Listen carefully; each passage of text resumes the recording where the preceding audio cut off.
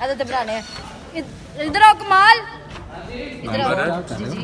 तू मेरे 50 रुपए दे। मैं तेरे 50 रुपए भाई राणे अगे तो मैंने बहुत इंटरव्यू च बदनाम कर चुकी यार, बड़ी दूरों दूरों मैंने कॉल आई है कि भैया इस बंदे तो दूर है। हुण मैं तेरे किहड़े 50 रुपए देने ने? 50 रुपए दी केड़ी औकात है? अल्लाह माफी दे, एक चाह पियाई ते तू भी मेरे को 50 रुपए मंगन चाह लग नहीं ज़हन ते जोर पा। गुजराले जो तू गाना गा रही सी, तेन गश पै गया तो मैं 50 रुपए की बोतल मंगाई थी पानी की। तू क्या सी मैं कभी किसी का पानी नहीं पीता तो मैं सान नहीं लैंदी, तो तू क्या सी मैं तेन दे देंगा यार। तू किन्नी बार जदों तेनू चाह दी तलब होंदी है पानी दी, तो तू किन्नी बारी आके कहना अंबर मैनू चाह पिया, बोतल पिया, तो मैं तेनू नहीं इत्थों तक तू कदी जिंदगी च नहीं जेड़ा ना रेड बुल पीता, तेनू मैं वो भी पियाया। इक्को बारी तेरे ते मेरा आसान है, तू मेरे ते आसान कीता कि वो तमाशबीना का वधिया खाना तू क्या ही राणे खा लै।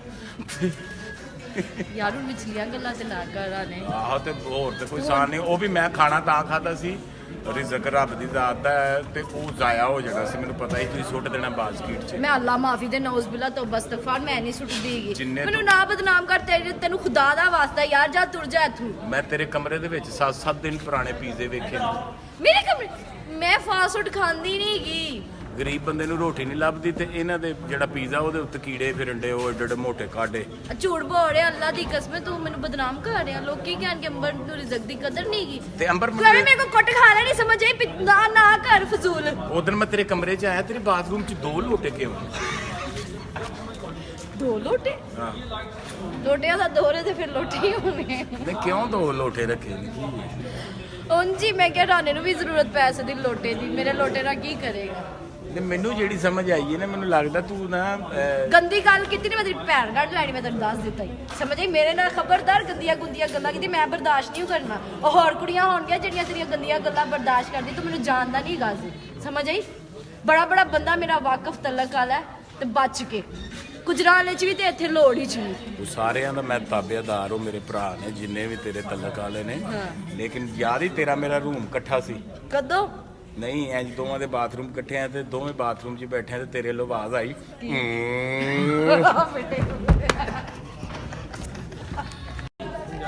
ये राणा साहब।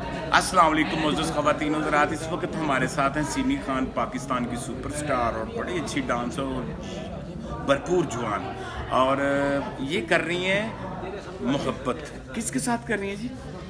5G के साथ। तो 5G, ये मोहब्बत 5G क्या है? ये मोहब्बत 5G बड़ा अच्छा ड्रामा हमारा लगने के लिए जा रहा है तमाशा थिएटर में 2 फरवरी को। जी 2 फरवरी को, और हमारी कास्ट बड़ी ज़बरदस्त है। हमारे पास हैं दीदार मुल्तानी जी, और हमारे पास हैं कैसर पिया जी, अमजद राना, बाकी और भी काफ़ी ज़्यादा एक्टर, बहुत अच्छे एक्टर, बड़ा अच्छा काम करने वाले। भी हमारे पास इमरान शौकी है, और हमारे पास अंबर भी है, रेशम जान भी है, और आप भी हैं।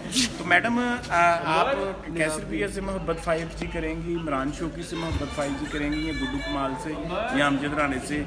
बताएं आप किससे मोहब्बत? वैसे मोहब्बत करेंगे हम कैसर पिया जी से। मोहब्बत 5G कैसर? 5G कैसर? कैसर पिया जी से। ना से क्या करेंगे, वो एक वो स्टार है ना।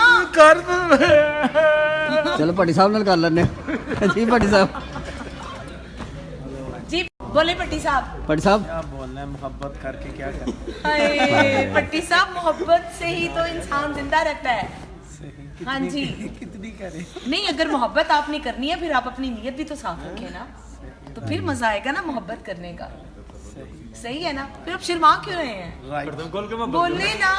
भट्टी साहब दसो। अब इधर आओ, इधर आओ, चल रहा है? आ जाओ, चल रहा है? इधर आओ। चल रहा है सर। ये भी हमारी बड़ी अच्छी एक्टर है, इनका नाम है परी। ठीक है, हमारे साथ ड्रामा कर रही हैं, और मैं माशाल्लाह मैं मेरा 4 वीक जा रहे हैं ना, और बड़ा अच्छा लग रहा है काम करने को, बड़ा मज़ा आ रहा है तमासील थिएटर में। और मैं बड़ी देर बाद लाहौर में इन हुई हूँ, और इंशाल्लाह ताला मैं लाहौर में काम करूँगी। Thank you so much.